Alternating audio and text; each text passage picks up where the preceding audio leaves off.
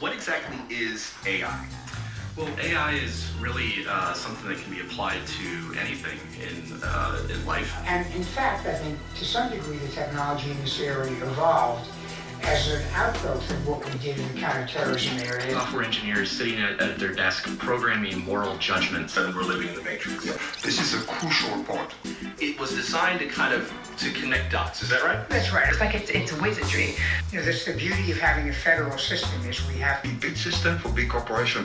And it's just creating this real paranoia for people because they don't know why they're seeing what they're seeing. The other thing that they realize is that this is not just cognition, not just thinking. It's perception, being able to see. Ways in which we can teach computers to replicate what humans can do. So it's kind of like teaching a computer program to act like a human brain. It's a lot like that. So we're even talking about things like an AI doctor might make a diagnosis. Or to do intelligent things in the world that could be useful to us. Maybe some of us don't have to work. We can do what we love and think about fun things. AI can be trained to do singular jobs better than people. training people how to behave online. And currently, we've been studying how to increase the number of reinforcers. Machine learning AI can help us achieve some of these goals, including computer vision, mapping, understanding activities. The ability to allow information sharing among government agencies of data that they already legitimately have in their possession. Is to cast a super wide net, collect as much data as the government can. Because in the age of AI, data is the new oil. Because so much data is generated by third parties or by devices or by things that we do unthinkingly, that you're not really going to be able to keep these details hidden. As far as your own privacy is concerned, it's already out there. So I don't see very much that you can do about it. Two things. Number one, this is a perfect example of how AI and robotics will have impact on every single aspect of life. With a large amount of data, the AI algorithm that you train will just perform much better. So what is it learning from? What have we thrown in there?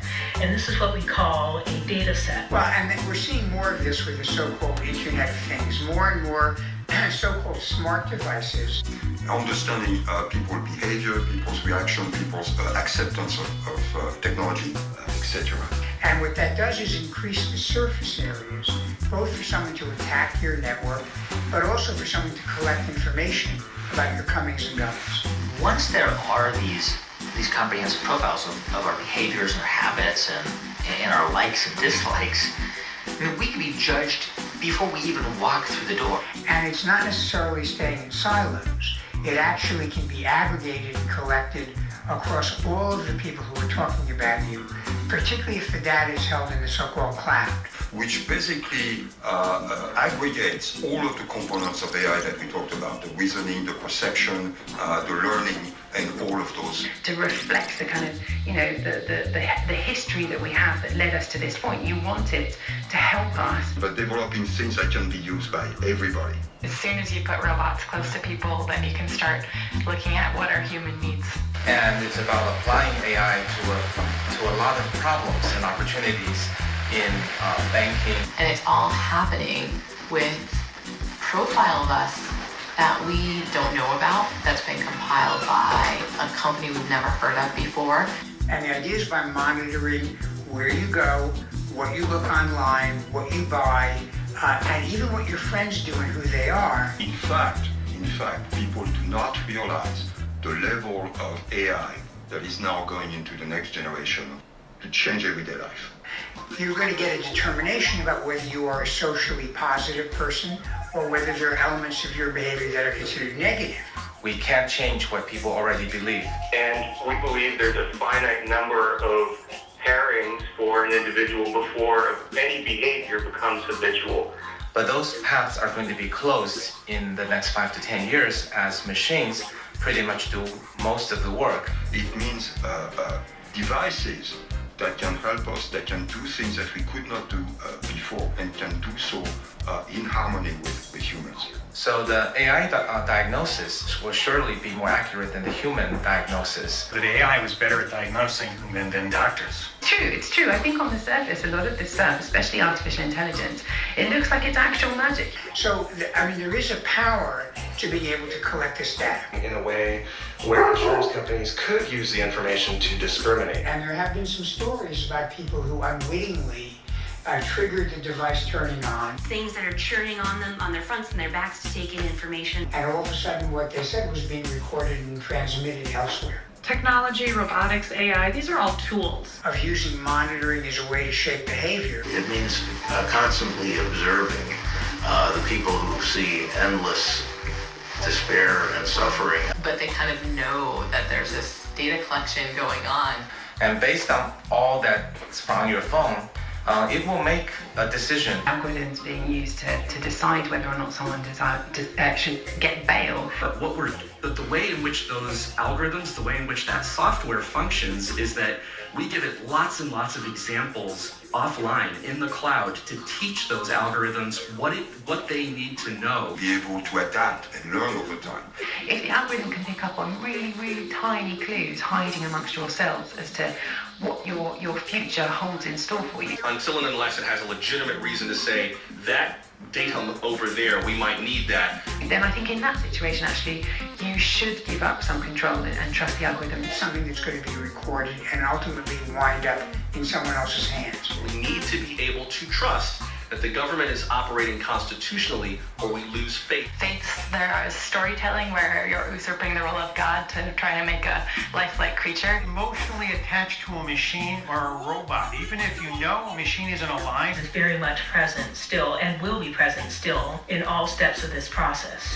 And that exists for testing the novelty of an algorithm to so you can protect the intellectual property, which is, I think, exactly the right thing to do. You need to have that process. Exactly, and it'll be there forever. Because AI is an enabling technology, similar to perhaps electricity, so it will enable all kinds of applications, hopefully mostly good ones. But I also think that, with the advent of artificial intelligence, the amount of power that algorithms are being given and the number of situations in which they're being deployed, really, to make decisions about our lives is only increasing. The progress in AI has accelerated exponentially. Because there's infinite storage, and it'll be something that can be shared among wide groups of people. And machine learning programs are different from the regular sorts of rules-based programs that we've had for years and years. The big data surveillance was enabled by the USA Patriot Act. Power distributed at various levels. That, as soon as your information, your data, and mark has been against your name, once it's put into an algorithm, into a computer, then suddenly it takes on this air of authority that makes it almost impossible to argue against. Silicon Valley and the new unique.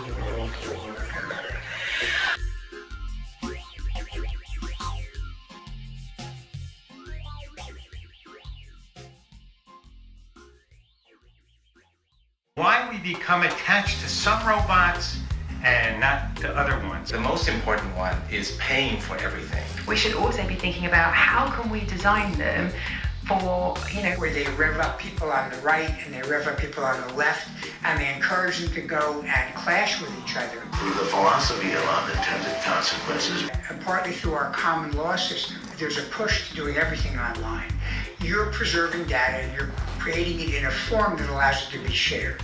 You're also generating locational data.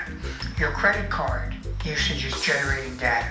When you go to the supermarket and you use a loyalty card to get a discount on your food, that's generating data. If you're wearing a fitness device, that's generating data. And many of these are wirelessly connected but actually do not build security in place. And what's remarkable to me is people are actually putting a similar device in their own houses voluntarily. What they're not thinking about is other people on the platform who are talking about you or who may be sharing photographs of you. That data about you is also being collected. An effort to keep privacy by keeping your data hidden or secret is almost, at this point, a vain effort. the courts will increasingly start to get involved and target and manipulate. It is going to cost money, and that means that the notion of privacy is under a different kind of challenge.